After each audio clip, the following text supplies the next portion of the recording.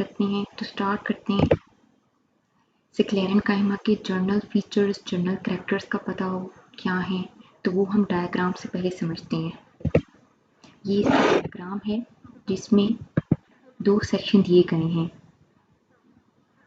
एक है TS section, एक है टीएस सेक्शन और दूसरा है लॉन्गिट्यूडिनल सेक्शन। 2 सेक्शन किए गए हैं। तो अब इन दोनों में हमने स्क्लेरेनकाइमा को देखना है, इसके फीचर्स क्या हैं। तो ये देख सकते हैं हम कि ये सेल्स हैं टिश्यू के, तो इनकी सेल वॉल कितनी थिक है। तो इनकी सेल वॉल क्या होती है, हाईली लिग्निफाइड। क्या होती है, हाईली लिग्निफाइड, मतलब इसके अंदर लिग्निन बहुत ज़्यादा होता है। लिग्निन बहुत ज़्यादा होने की वजह से ये जो इसका ल्यूमन वाला हिस्सा है ये बहुत नैरो हो जाता है। हाईली लिग्निफाइड सेल वॉल है। नंबर 2, इनके अंदर नैरो ल्यूमन होता है, जिसकी वजह से मैच्योरिटी पर ये क्या हो जाते हैं, बिल्कुल डेड हो जाते हैं। इनको डेड सेल्स भी कहते हैं, डेड टिश्यूज़ भी कहते हैं। इनमें नो इंटरसेलुलर स्पेसेस, ये आप देख सकते हैं कोई इंटरसेलुलर स्पेस नहीं है, इंटरसेलुलर स्पेसिस भी नहीं है इनके अंदर। और इनके अंदर कहीं कहीं क्या होता है, सेल वॉल में लिग्निफिकेशन नहीं होती, तो वहाँ पर क्या होता है, पिट्स की फॉर्मेशन हो जाती है। पिट्स बेसिकली किसको कहते हैं, चैम्बर कैविटी को या depression.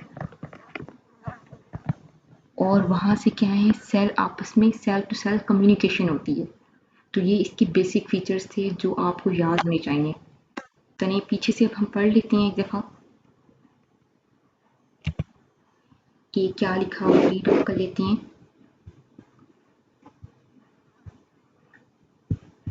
The lignified tissues which lack the protoplast at maturity are called sclerenchyma. Highly lignified हैं और maturity dead हैं। They have the thick secondary wall.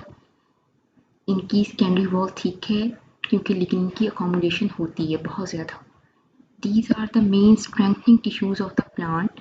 Plant को इनका function है कि ये plant की support करते हैं। Support कैसे करते हैं, दोनों तरीके से support करते हैं, क्योंकि ये ग्राउंड टिश्यू का भी काम करते हैं और ये वेस्कुलर टिश्यू का भी काम करते हैं। ग्राउंड टिश्यू के फॉर्म पर भी प्लांट को सपोर्ट कर रहे हैं और वेस्कुलर टिश्यू के लिहाज से भी प्लांट को सपोर्ट कर रहे हैं, दोनों के लिहाज से। मतलब ग्राउंड टिश्यू है तो पूरे के पूरे प्लांट में मौजूद है, रूट स्टेम लीव्स में। वेस्कुलर टिश्यू में है तो उनकी इर्द गिर्द शीथ बना लेते हैं उनकी प्रोटेक्शन के लिए। तो ये इसका क्या है, फंक्शन है। They are present in both ground tissues and the vascular tissues, दोनों में मौजूद है। चलिए अब ये हमने पढ़ लिया सारा, और इसके आगे हम टाइप्स देख लेते हैं। इसकी 2 टाइप्स हैं, एक होते हैं फाइबर्स और दूसरे होते हैं सिक्लेरीड्स। अब इनको हमने डिस्कस करना है डिटेल में, तो आज हम फाइबर्स को डिटेल में डिस्कस कर लेते हैं। फाइबर्स बेसिकली क्या है, स्क्लेरेनकाइमा ही है, लेकिन कैसा स्क्लेरेनकाइमा, जो ऐसी वाली फॉर्म में होगा, ऐसी वाली फॉर्म में। मतलब फाइबर का मतलब क्या होता है, धागा, धागे टाइप। लेकिन क्या होंगे इसके टेपरिंग एंड्स होंगे, नुकीले एंड्स होंगे, पॉइंटेड एंड्स होंगे। ये देखें, इसकी सेल वॉल क्या होगी, थिक होगी, इसके नुकीले एंड होंगे, पॉइंटेड एंड होंगे, इसका नैरो ल्यूमेन होगा, उसको कहते हैं फाइबर्स। और ये क्या है, बेसिकली स्क्लेरेनकाइमेटस टिश्यूज हैं। ठीक हो गया। अब इसको डिस्कस कर लेते हैं, यहाँ से पढ़ लेते हैं एक दफ़ा। Fibers, very long and the narrow sclerenchymatous cells with the tapering ends are called fibers. The length of the fibers varies greatly. वही बात हो गई कि pointed ends होंगे, narrow lumen होगा और काफ़ी लंबे लंबे होंगे, तो उनको कहते हैं fibers. Fibers are found in all parts of the plants. They are present in root, stem and leaves and also in xylem and phloem. जैसे कि मैं पहले बता चुकी कि जो स्क्लेरेनकाइमेटस टिश्यू है ये ग्राउंड और वेस्कुलर टिश्यू दोनों के तौर पर एक्ट करता है। तो इस तरह से ये दोनों लिहाज से क्या है, स्ट्रेंथन करता है प्लांट को। They form the component of the vascular tissues or they are present outside the vascular tissues. दोनों फॉर्म में हो सकता है। फाइबर्स क्या है, बेसिकली धागे हैं जो कि पॉइंटेड एंड वाले, और इनके अंदर नैरो ल्यूमन है, इनकी highly thick lignified cell wall है, इसके साथ साथ इनकी पिट्स भी मौजूद हैं। अब क्या है टाइप्स ऑफ फाइबर्स, फाइबर्स की टाइप्स हैं। तो फाइबर्स की टाइप्स जो हैं वो 3 तरह की हैं, xylem, bast and the separate fibers. Xylem fibers are the wood fibers. Xylem fiber के नाम से जाहिर हो रहा है कि ये जाइलम से जाइलम के अंदर होते हैं। तो ये फाइबर्स क्या हैं? They are present in the xylem, they form the major part of the xylem. Xylem fibers have 3 main types. Xylem fibers क्या हैं? बेसिकली जाइलम में प्रेजेंट हैं। ठीक है, इनकी ये 3 टाइप्स हैं और वो किस बेस पर इनकी 3 टाइप्स? पिट्स की बुनियाद पर, कि किसी में सिंपल है, किसी में बॉर्डर है, किसी में मिक्सचर है, तो ऐसे वाला। तो पहली टाइप है libriform fibres. These fibres have very thick cell wall, जैसे कि इनकी होती है फाइबर्स की लिग्निन की अकोमोडेशन की वजह से, and simple pits. They are longer than the tracheids of that plant, मतलब ट्रैकीड से ये धागे थोड़े लंबे होते हैं और इनमें सिंपल पिट्स होती हैं। दूसरी है फाइब्रोट्रैकीड्स। इसमें क्या है? They have intermediate thickness between the tracheids and the libriform fibres, they have bordered pits. इनमें पिट्स क्या हैं? बॉर्डर्ड पिट्स हैं। उनमें सिंपल पिट्स थी, इनमें बॉर्डर्ड पिट्स हैं, और इनकी जो थिकनेस है वो मतलब कि इंटरमीडिएट है ट्रैकीड्स के दरमियान और क्या है? फिबिफॉर्म फाइबर्स के दरमियान। ठीक है, लिबिफॉर्म फाइबर्स जो हैं वो ट्रैकीड्स से क्या हैं? लंबे हैं, लेकिन ये क्या हैं? ट्रैकीड्स और फिबिफॉर्म फाइबर्स के इंटरमीडिएट हैं। उसकी बात है म्यूकिलेजिनियस फाइबर्स। जो म्यूकिलेज का वर्ड आपने सुना होगा, वो बेसिकली क्या है? एक स्टिकी सा सब्सटेंस जो प्लांट सेक्रीट करता है, जैसे कि ओकरा है, ओकरा को अगर हम कट करें उसका पॉड, तो उसमें से सिक्रीशन होती है म्यूकिलेज की ना। तो बेसिकली उस चीज़ का काम क्या है? पानी की स्टोरेज करना। जैसे कि वाटर डेफिसिट कंडीशन है तो पानी की स्टोरेज करना, तो इन फाइबर्स का भी यही काम है, वाटर होल्डिंग कैपेसिटी को बढ़ाना, ताकि प्लांट जो जैसे सकुलेंट प्लांट्स होते हैं उनको सपोर्ट हो, वाटर होल्ड करें ज़्यादा।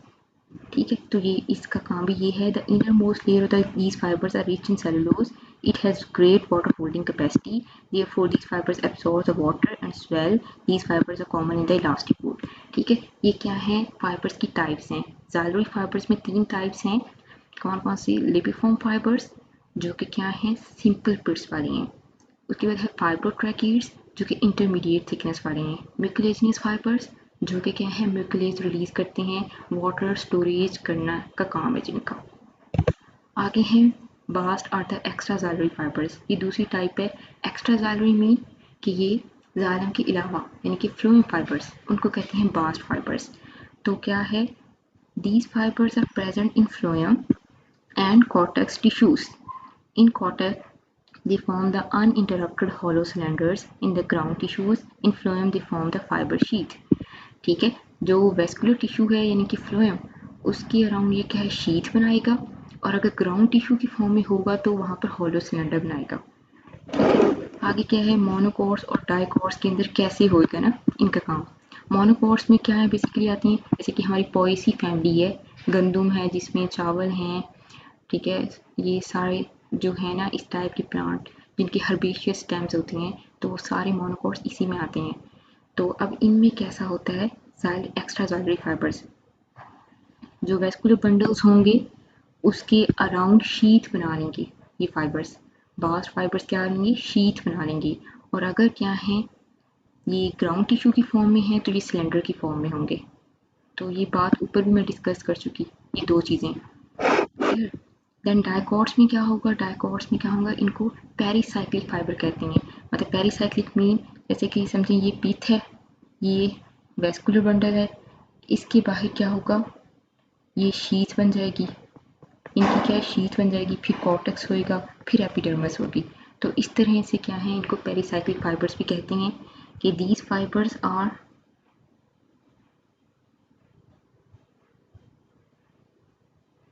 These fibers are present on the innermost layer of the cortex, cortex की अंदर की जानिब, and on the periphery of the central cylinder in the dicot plants. These fibers are pericyclic fibers.